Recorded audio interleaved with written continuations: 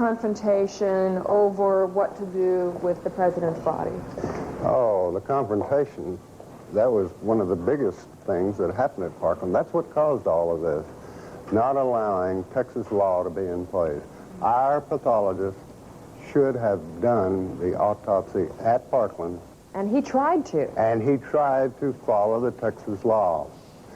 And the Secret Service, they looked like a herd of locusts, a phalanx around the coffin. And Mrs. Kennedy was in the middle with her left hand on the casket. And they were then coming out into the hall.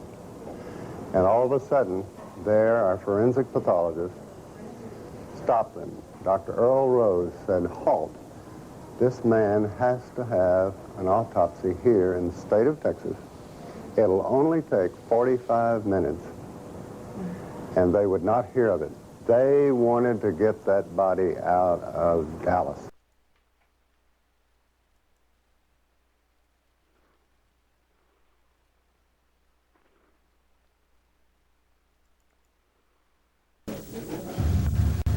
Well, Dallas is a large city, and there are many gunshot wounds that come into Parkland Memorial Hospital on a regular basis. This is a normal sort of life for a hospital in a big city, and especially Texas, where a lot of people carry guns. And when they looked at President Kennedy and his throat, they immediately concurred that he had been hit by a shot fired from the front. The Parkland Hospital doctors. Are you equally comfortable, or are you not comfortable with the notion that there is forgery of some sort in the official documents of this? I feel there probably is. I certainly could not be, held down to saying exactly how that is, or even approximately how it is, perhaps. But I feel that there has been some kind of attempt to cover up what was going on. Front. Dallas clothing manufacturer Abraham Zapruder filmed the motorcade as it drove down Elm Street. It was about halfway down there, I heard a shot. And he slumped to the side like this. Then I heard another shot or two. I couldn't say what it was, one or two. And I saw his head practically open up, all blood and everything. And I kept on shooting.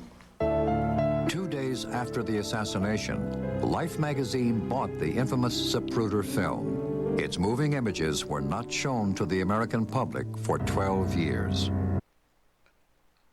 Let's continue.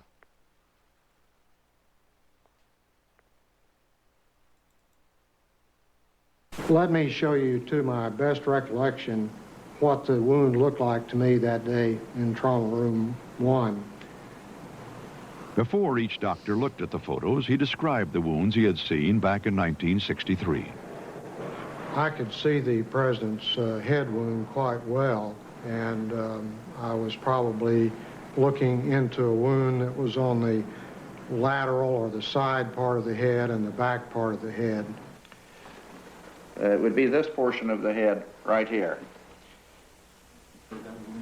As I remember, it's like this, that there was a big wound, big deficit in his skull and the temporal parietal area.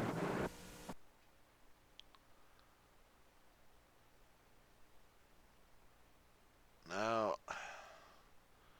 here's what the Warren Commission in their autopsy, they claim the autopsy showed.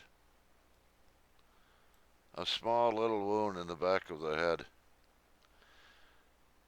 Yet on the Mormon photo, as we go in, take a closer look, I did many years ago. Something very unusual you see here.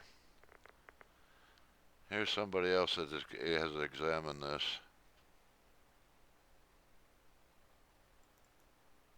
Inconsistencies within, and the pristine Mary Moorman photograph allowed me to go in and actually measure the wound optically without image processing. As we go into the wound and as we expand the wound and magnify it, you can see that the pixel elements, or each one of these little dots, is represented by dark squares or light squares. Now, if there were no wound in the rear of President Kennedy's head, all of the squares would be the basic reflective value or the basic shade of gray that his normal hair coloring would be on this day. Every time, in my years of experience with this, when there is a concave or convex area that is a deformation of the overall image, there is absolutely no question that the case is, as it goes darker under this situation, that this is going from an area on the top of President Kennedy's head down into an extremely deep hole, because the entrance wound that supported this exit wound was fired from the right frontal area of President Kennedy, and it exited through the rear. Instead of trying to find shooters or guns,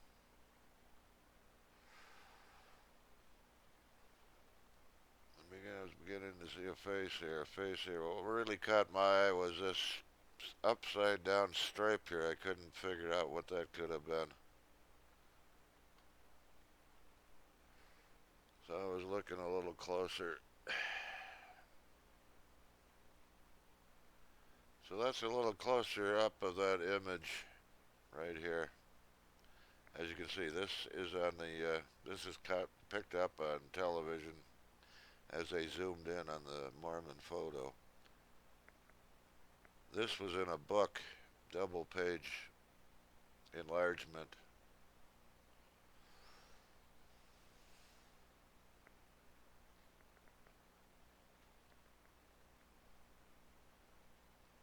So you get the gist of it. I was looking there, and let's take him now.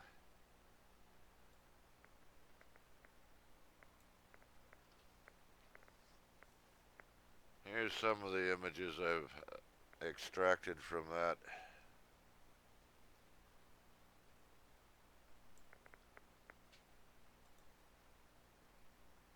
How about a colorized version?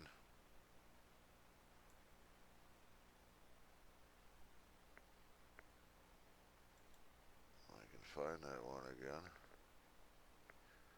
Well, anyways, here's an even more extreme close-up. Let me see if I move that in a little.